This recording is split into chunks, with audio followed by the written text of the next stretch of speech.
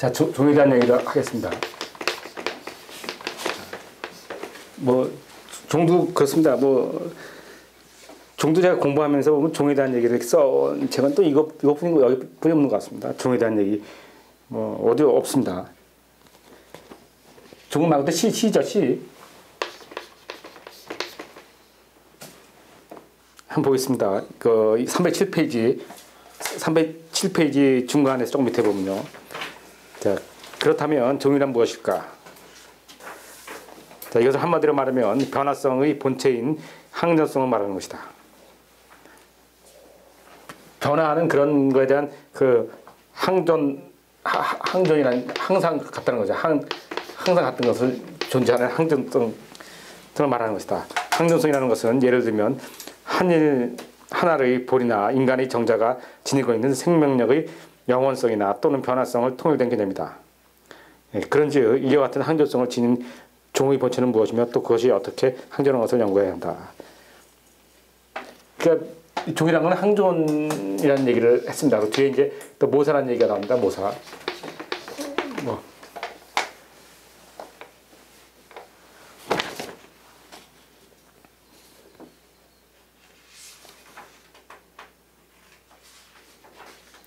모사라는 얘기부터 한번 보고 가겠습니다. 그 309페이지입니다.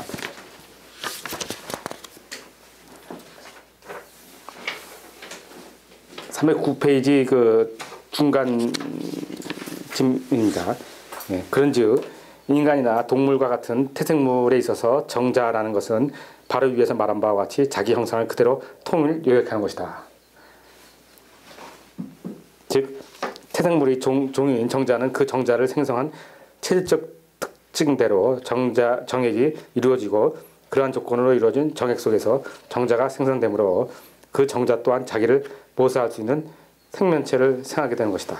만물의 종은 이와 같이 이루어지는 것인즉 이것은 곧 우주 변화를 그대로 복사한 것에 불과한 것이다. 뭐 복사 뭘 하는데 자, 뭐 이렇다는 거죠. 우리 그렇지 않습니까? 우주 뭐 우주를 닮아가지고 뭐 하느님을 닮은 그대로 만드는 것이 형상이 인간이라고 얘기하시죠. 우주를 닮은 대우주를 닮은 그것이 소우주 듯이 사람은 또 자기를 또 복사한 그런 것을 또 만들어내는 거죠. 그 통일을 요약해서 그 항전하게 돼 있는 것이 그게 바로 종이다. 이 얘기 지금 전체를 하는 겁니다. 근데 이 종이 참 신기하죠. 뭐 닮거리라고 그러는데 정말 신기합니다. 닮니다. 자기가 애기 나보면 압니다. 어떻게 이렇게 닮는지. 예, 생긴 것도 그렇지만 하는 짓까지도 어떻게 똑같이 닮는지. 예? 똑같이 닮습니다. 예, 공부 잘하는 똑같이 닮습니다. 예.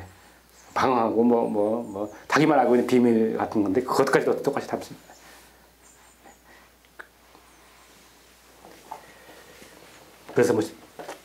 그래서 우리 옛말에 시도둑은 없다고 그러지 않습니까? 우리 옛말에.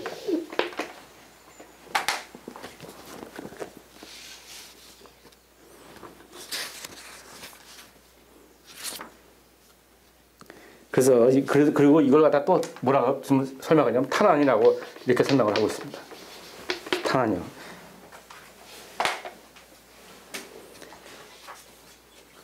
다시 하겠습니다. 두 개로 얘기합니다. 하나는 탄환이고요. 탄환이 하나의 발산이고요. 하나는 통일이고요.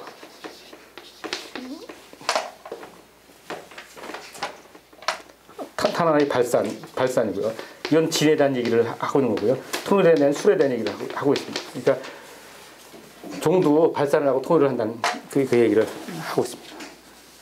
다시 한번 짚고 넘어가 보겠습니다.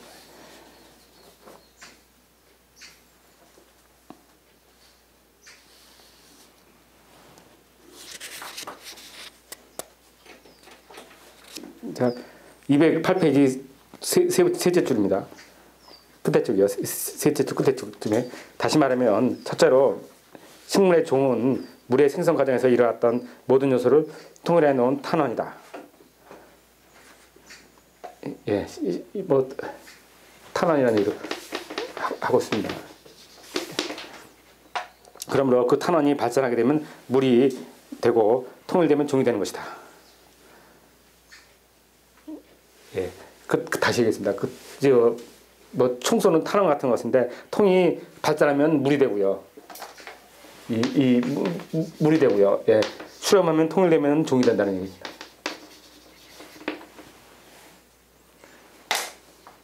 종은 이와 같은 변화의 반복에 인하여 생기는 것인데 종의 형성이 전혀 기후의 지배를 벗어나지 못하는 것을 기립지물이라고 하고 이와 같은 식물의 종을 핵이라고 한다.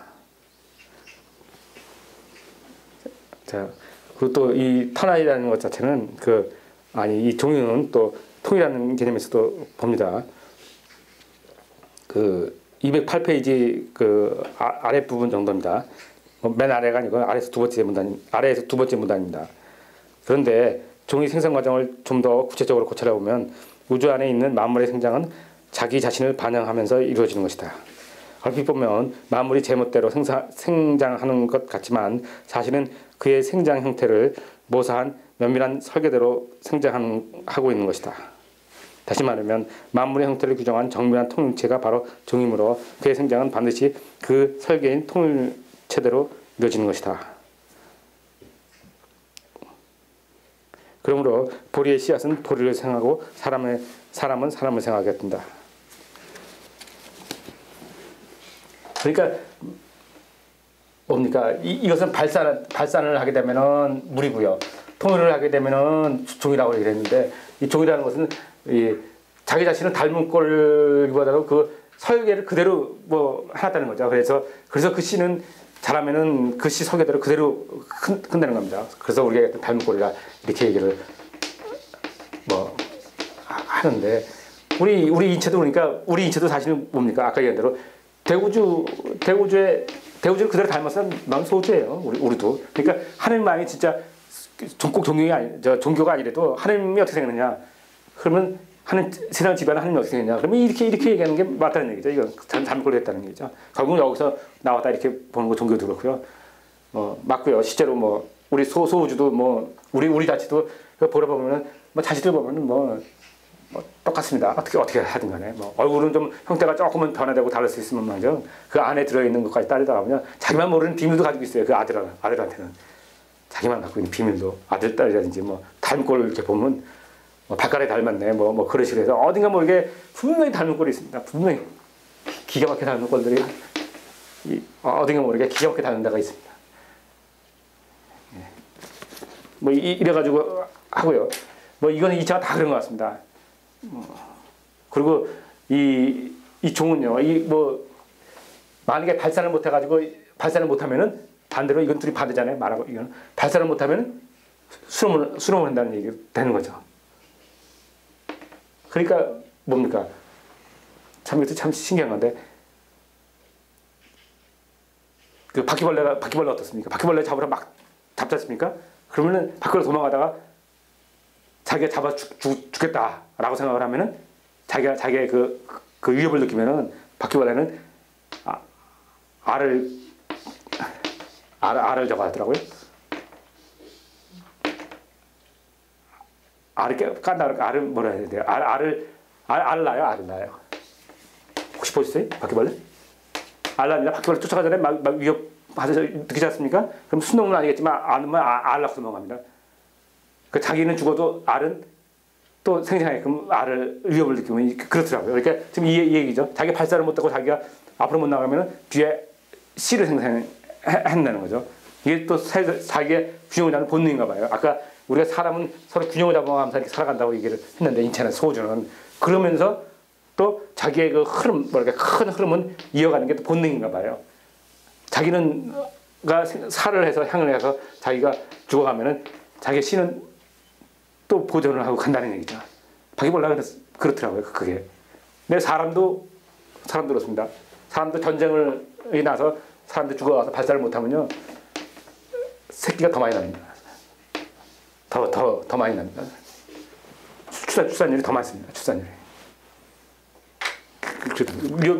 위협적으로 그렇게 되는 거예요. 본능적으로.